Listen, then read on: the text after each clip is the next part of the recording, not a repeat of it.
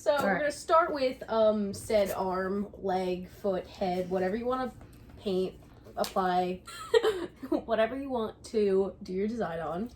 Adornment. Adornment. As you choose to adorn yourself. Rococo. Well, I think it's really helpful. I really like these little alcohol prep pads to make sure there's no like oils or residue on your skin. And we're only selling these for $500. Oh yeah, we're not giving those away. These are find your own alcohol. And so I'm gonna take your tube. This is what it looks like.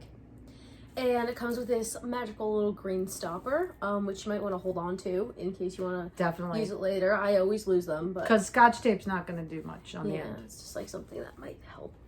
And also, so sometimes you kind of want to like warm it up a little bit, squeeze it. You want to make sure it's all like the same consistency. And sometimes it just doesn't really come out the end when you're beginning. And you can see that sometimes throughout it may not, like, it might be a little bit hard to squeeze. I don't know if they could see that. Yeah, right now I'm just kind of right here. I'm just kind of trying to squeeze some out, get it like warmed up. We're going to show you that separately. It's important that a thick consistency line comes out. Mm-hmm. And in order to do that, I like to cut the tip off. It really is kind of like frosting. Tiniest piece though. A very small amount. And now, I don't know if you can see here, now the line, it comes out a lot easier. Have a lot of paper towels ready.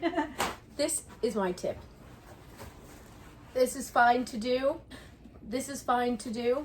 But you're going to want to, if you test anything, if you mess up, you want to wipe that off right away. Immediately. Even have those alcohol pads ready. Because it's already starting to stain my hand. It will dye your skin immediately. So just be like, this is a mindful practice. This is why I make this as one of our rituals. Because everything is applied with precision and exactitude. And whatever happens, happens. Let it go.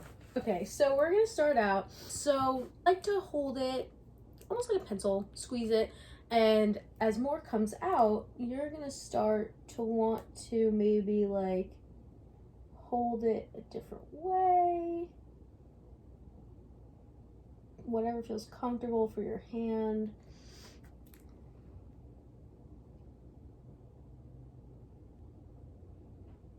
Sometimes you need to go back, retrace your design to make sure it's the right type of like curve that you want.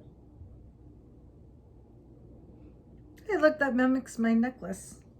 This Moroccan window. So, see? That's how we got started. Mm-hmm. Now, if you have extra henna, you could actually practice. We'll be giving you templates within the kit as well if you'd like them. You could practice on glass. You could put the templates under the glass and then take it from there. So that's one way to practice, although it's a little bit of a waste of henna. You could just kind of dive in, I think. Something that I would recommend, that I already did something that I wouldn't recommend, is maybe don't put it right in your elbow crease.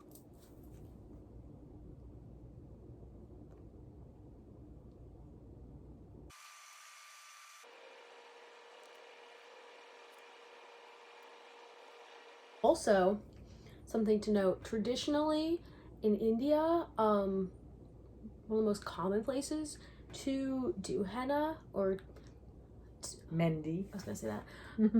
Traditionally, one of the most common places to do Mendhi is on the palm of your hand and the bottom of your foot, or even the top of your hand also, but because of the way blood vessels work and the concentration of blood circulating in your hand, something about that makes the Mendhi design the darkest on the palms of your hands. So if you want to be super traditional, that is your way to go. Just don't touch anything for 2 hours. Just don't touch anything. Also, personally, it's not my favorite place, especially in times like these, we're all washing our hands every 5 minutes. It'll come off, maybe. Yeah. So Top of the fan is nice too. I haven't had my palms done in a while.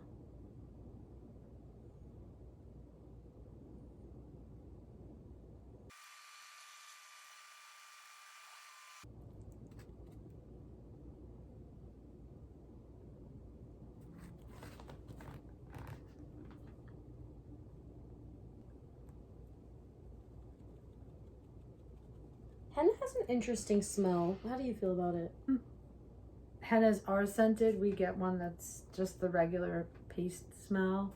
We'll teach you later how to set the henna a little bit better. And you could do that by adding certain essential oils. Then it makes it feel even more ritualistic.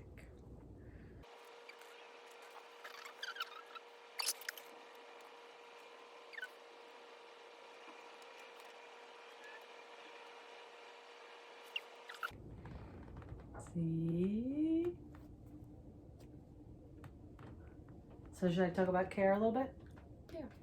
Okay.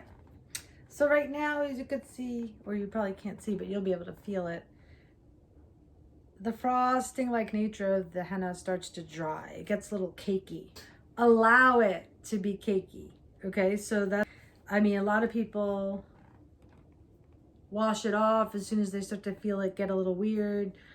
That shouldn't be your intention. The longer that the henna stays on your skin before it flakes off, the longer the tattoo will stay intact on your skin. It will permeate the several layers of the skin. But that said, it does feel a little weird and you might want to like wait. I usually tell myself what, like 2 hours if I could keep it on. I really have never had a time. I don't know, maybe an hour or two. If it starts to flake off, you could do several things. First of all, if it starts to flake off, be careful where it flakes, okay? Because it's dry. You don't want to get on the furniture. But if you could sit tight and watch a movie while it dries, that's ideal. Then you could either do two things. You could flake it off, wash your hands. You could keep it on for as long as you possibly can. You could even, if you're going to bed at night, if it's all dry, you could place athletic tape over it and sleep with it on. And then in the morning, just peel it off and all of the cakey henna will come off. And that's a really super duper way to get it to keep on there for a while. Once the cakiness is gone, take a little bit of water and lavender oil, if you can, or any kind of carrot oil, and place it over the design. So you could take it, if you have a spray bottle, a little bit of water and lavender and spray it over the cakiness, or once the cakiness is off, rub a little bit of lavender oil into the skin over the design, and it will actually help the design set even more so. What's really nice about that in general is that it will start to get darker a little bit faster. So right away, the design will look orange and it will start to look like a dark brown, which is what you traditionally tend to see in a henna design. Can I say something? Of course. Usually, yeah, so yes, usually it'll start out orange, but overnight, this has to do with the temperature of your body and how it rises and settles while you sleep. I think that's the reason that usually in the morning after you get henna done, then it's the darker color. That's what I found. So don't freak out when it looks orange straight away, because it will get darker. It'll get darker maybe even over the course of a couple of days, depending on your body chemistry and how that all works out. So this is definitely one of our favorite rituals to do. Please visit us at majestichudson.com. Look at the navigation link for Bliss at Home. We have several rituals and crafting workshops. My classes are all progressively finding themselves online via Zoom, and we will be uploading these videos to YouTube so that you can use them free anytime. Kits will be available for purchase if you don't have supplies at home. So for example, if you want a tube of henna and a few sheets of designs, that's about $15.